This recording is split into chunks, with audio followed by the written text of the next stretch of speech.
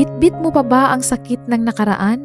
Tandaan mo, kung paano ka pinatawad ng Diyos, gayon din ang dapat mong ipatawad. Amang mapagmahal, salamat po sa iyong walang hanggang pagpapatawad na laging bukas para sa amin. Panginoon, turuan mo kami na magpakumbaba at magkaroon ng pusong handang magpatawad kahit mahirap, kahit masakit.